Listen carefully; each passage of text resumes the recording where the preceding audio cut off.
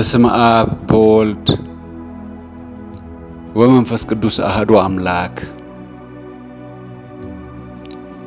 በአቡነ ሽኖዳ ሳልሳዊ የተጻፈው የጾም መንፈሳዊነት የሚለው መጽሐፍ በዚህ መንገድ ይተረካል። አንድ ጊዜ ተናገረው እኔም ይህን ብቻ ሰማሁ። ምዕራፍ 2 ጾምና አካል። የጾም ፍቺ። የጾም መንፈሳዊ ትርጓሜ በኋላ ላይ በዝርዝር የሚጠቀስ ይሆናል። ሆኖም ግን የፍቺው አካላዊ ገጽታ ጾም ለተወሰነ ጊዜ ከምግብ መከልከል ሆኖ ከዚያ በኋላ ጾማችንን እስክንጨርስ ድረስ ከእንስሳት ስብ የጸዳ ምግብ መብላት ነው። የመታቀብ ጊዜ ጾም ብለን ሳናከብረው ከቀኑ መጀመሪያ ጀምሮ ከምግብ ከራቅን በቀላሉ ስጋ እንደማይመገቡ ህዝቦች ስለምንሆን የመታቀብን ጊዜ መወሰን አስፈላጊ ነው። ጾም የሚለው ቃል ትርጉም መታቀብ ወይም መቋረጥ ማለት ነው። ስለዚህ ለተወሰነ ጊዜ ከመብላት መቆጠብ አስፈላጊ ነው።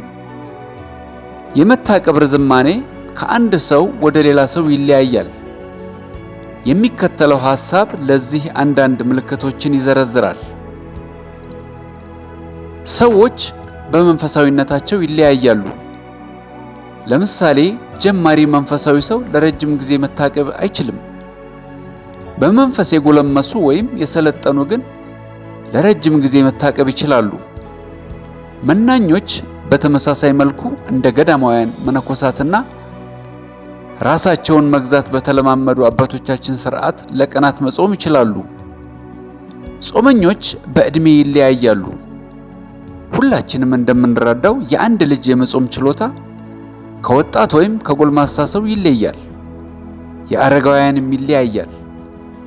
ጾመኞችም በጤና ሁኔታቸው ይለያያሉ። አንድ ጠንካራ ሰው በአካል ከደከመው በላይ ሊቋቋም ይችላል። ከዚህም በላይ የታመሙ ሰዎች ልዩ ሕክምና ሊፈልጉ ይችላሉ። ስለዚህም በሕመማቸውና በአስፈላጊው የሕክምና መመሪያ መሰረት ከመታቀብ ነፃ ይሁኑ። ጾመኞች በስራቸው ይለያያሉ። አንዳንድ ስራዎች ከፍተኛ አካላዊ ጥረት የሚጠይቁ ሲሆኑ ሌሎች ደግሞ ለሰዓታት በጠረጴዛቸው ላይ ተቀምጠው በቢሮ አካባቢ ይሰራሉ። ከምግብ ለመራቅ በሚጠይቀው ጽናት የመጀመሪያው ከኋለኛው ይለያል። ጾም ቀስ በቀስ እድገትን ይጠይቃል። ጿሚ ከጊዜ ወደ ጊዜ መታቀብን ቀስ በቀስ እየጨመረ መጾም አለበት። የጾም መንፈሳዊ አባቶች ይህን ጠቃሚ ዘዴ ይመክራሉ። እንደ ጾሙ ቢለያይም ዝቅተኛ የመታቀብ ጊዜ አለ። ይህም የአብይ ጾም ዝቅተኛው የጾም ወቅት ከቀሪዎቹ ጾሞች ከፍ ያለ መሆን አለበት። የሰሙነ ሕማማት ጾም ከዝቅተኛው ጾም ደግሞ በአብይ ጾም ከምንጾመው ሁሉ ይበልጣል። አንዳንዶች ከዕለተ ሐሙስ ጀምሮ እስከ ፋሲካ የሰንበት ቅዳሴ ድረስ፣ ሌሎች ደግሞ ከገና ወይም ከጥምቀት በፊት ባሉት ቀናት መጾም የሚችሉ ናቸው። ደካሞቹ ጽናታቸው የተገደበ ነው። ይህ ሁሉ ቢሆንም የሚከተለውን አስፈላጊ ሕግ ማዘጋጀት ያስፈልገናል። የመታቀብ ጊዜ በንስሐ አባታችሁ መመሪያ ስር መሆን አለበት። ከመጠን በላይ የጾም ጊዜ አካልን ምናልባትም የውሸት ክብር አስተሳሰብን በውሸት እያሳደገ ነፍስን ሊጎዳ ይችላል። በሌላ በኩል አንዳንዶቹ ልል ሊሆኑ ይችላሉ፣ በጾማቸውም ላይጠቀሙ ይችላሉ። በዚህ ጉዳይ ላይ የንስሐ አባታችሁን መመሪያ መጠየቅ የተሻለ ነው። ሆኖም ከቤተ ክርስቲያኒቱ እይታ አንጻር በመታቀብ ጊዜ የሚከተለውን ጥያቄ ማንሳት እንፈልጋለን። ከመብላት በመታቀብና በዘጠነኛው ሰዓት መካከል ምን ግንኙነት አለ? በእውነቱ አንዳንድ ግንኙነቶች አሏቸው። ምክንያቱም በቤተ ክርስቲያኒቱ የአምልኮ ሥርዓት ውስጥ የዘጠነኛው ሰዓት ጸሎቶች ከአንድ የመጽሐፍ ቅዱስ ምዕራፍ ጋር እናነጻጽራቸዋለን።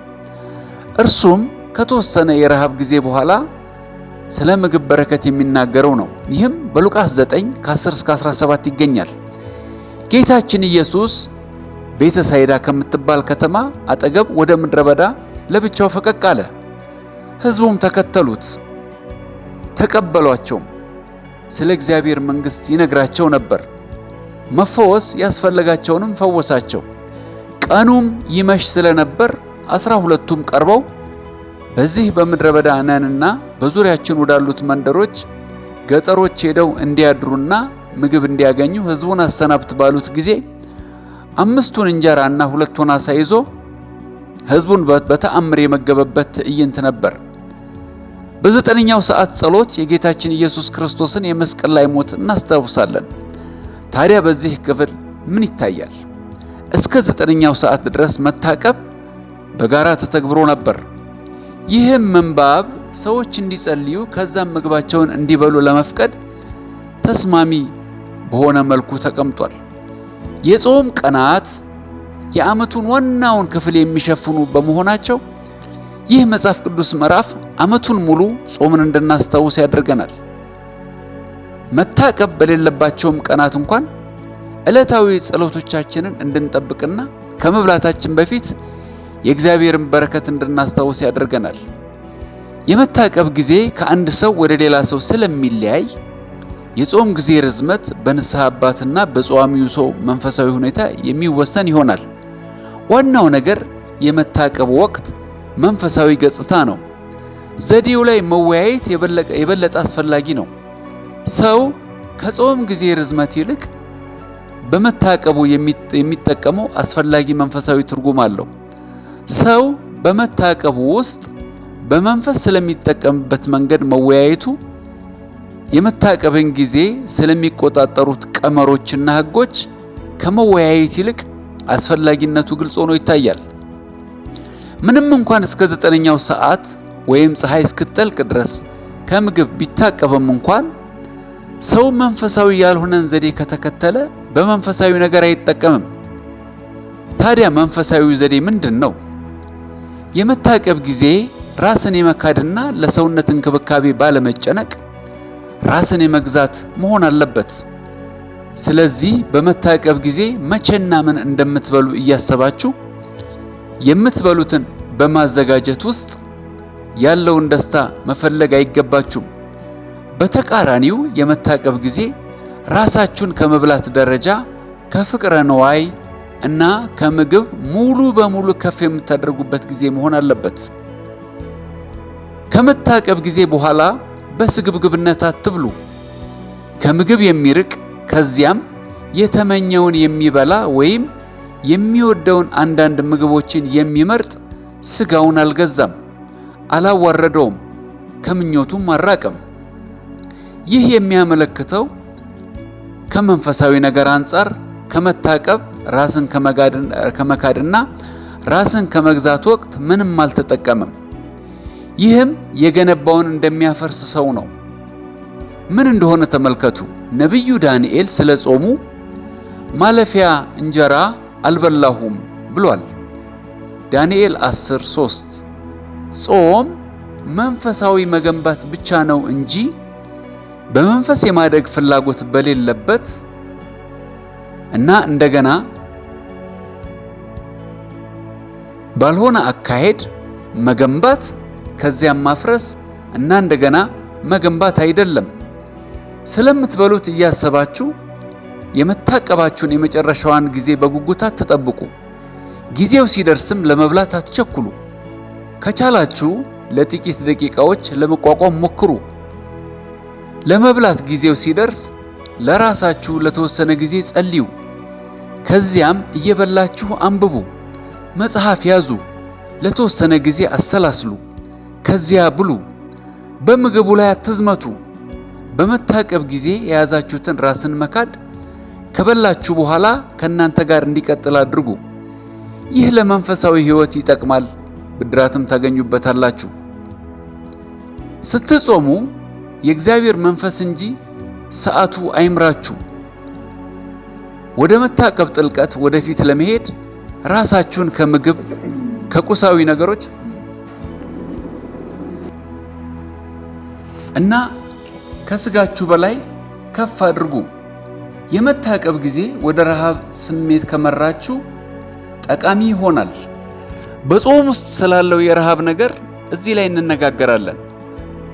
ጾምና ረሃብ። ብዙዎች ከምግብ ይቆጠባሉ። ከዚያም ጾሙ ሳይሰማቸው ወይም ረሃብን ሳይታገሱ ጾማቸውን ይፈታሉ።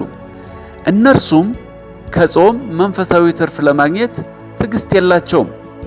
መጽሐፍ ቅዱስ ብዙ በጾም ወቅት የነበሩ የረሃብ ምሳሌዎችን ይሰጠናል።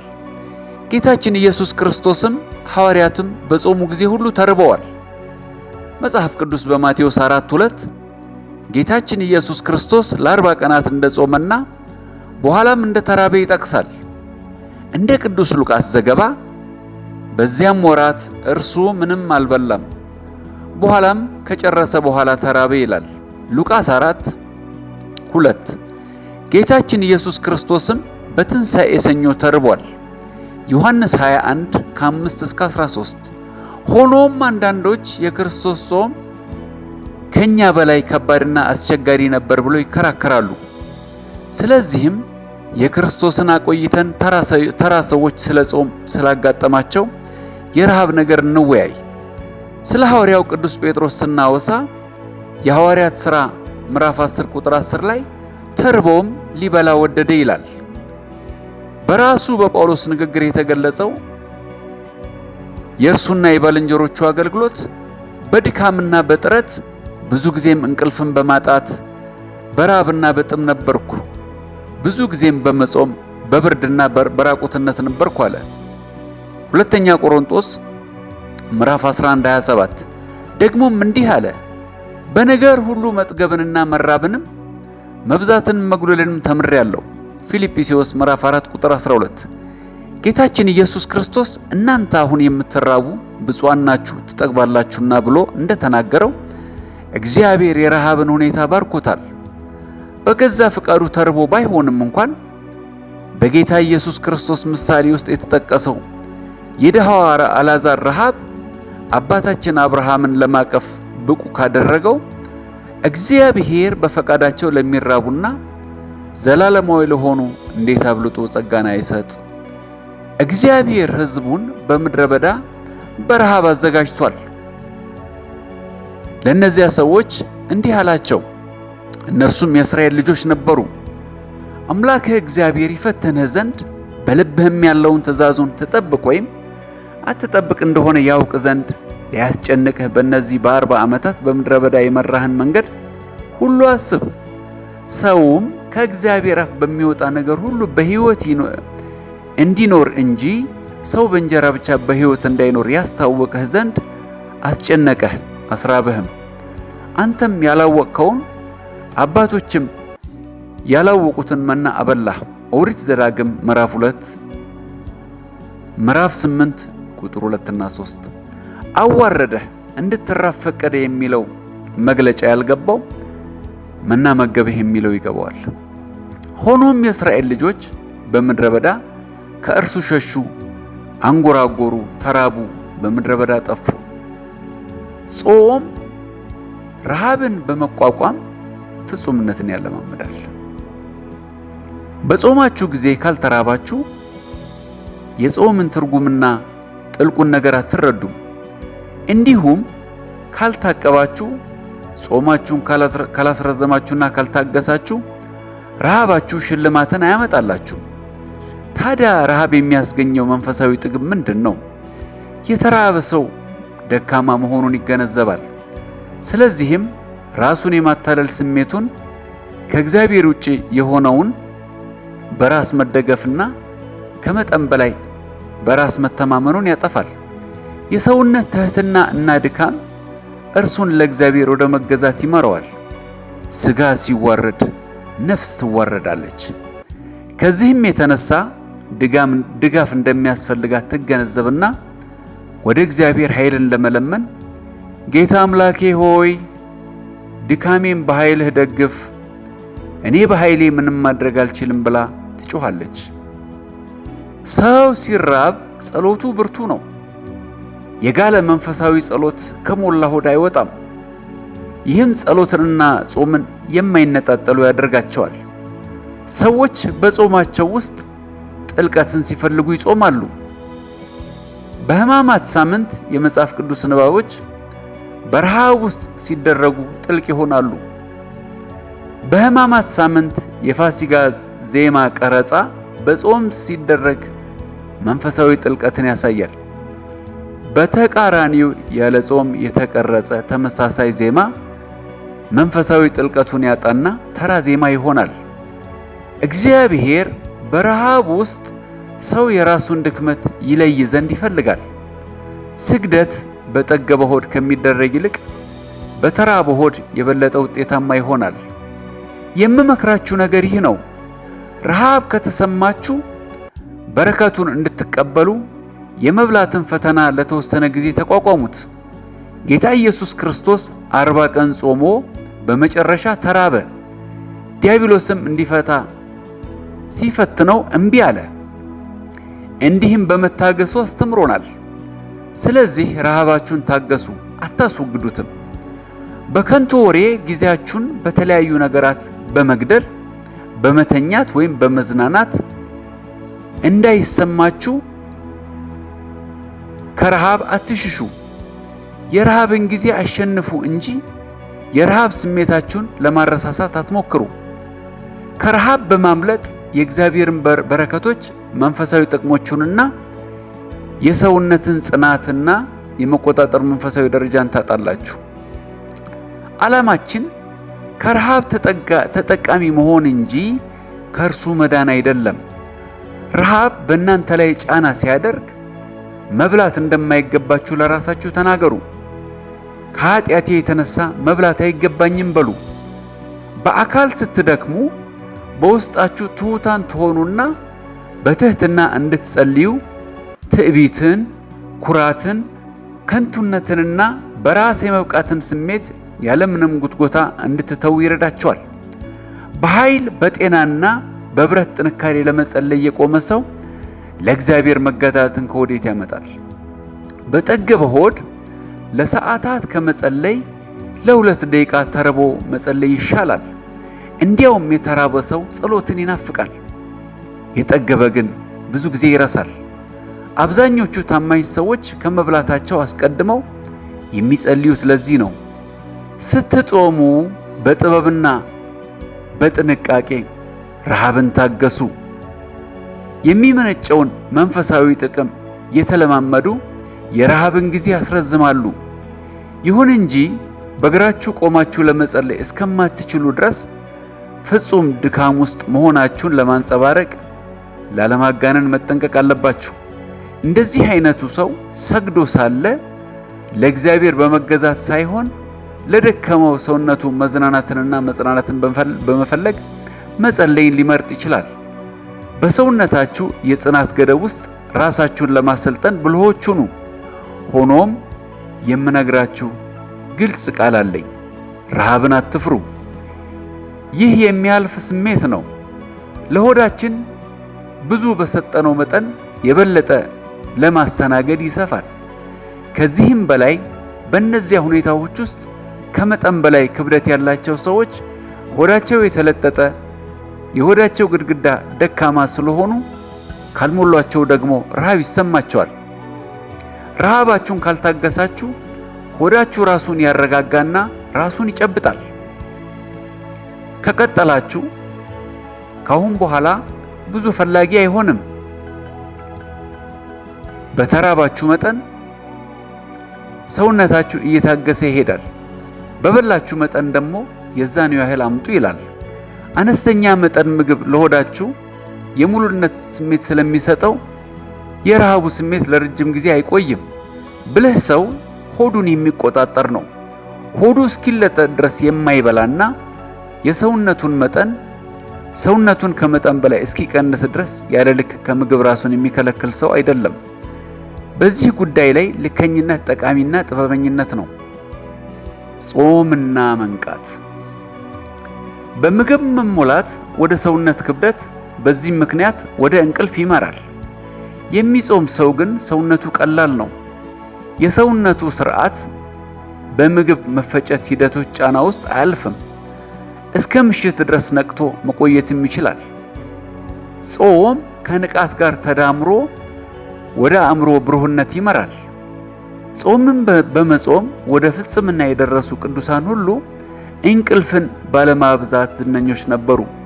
በጌቴ ሰማኔ በአትክልቱ ስፍራ የደቀ መዛሙርቱ ዓይኖች እንደከበዱና ከሁለት ራቶች በኋላ ለአንድ ሰዓት እንኳን ከጌታ ጋር መቀመጥ እንዳልቻሉ እናያለን። ማቴዎስ 26:40 ወንድሜ ሙሽራው ኢየሱስ እኩለ ሌሊት ላይ ሲመጣ ተኝተህ ቢያገኝህ ለአንተ ሞገስ አይሆንም። መጽሐፍ ቅዱስ እንዲህ ይላል፣ ጌታቸው በመጣ ጊዜ ሲተጉ የሚያገኛቸው እነዛ ባሪያዎች ብፁዓን ናቸው።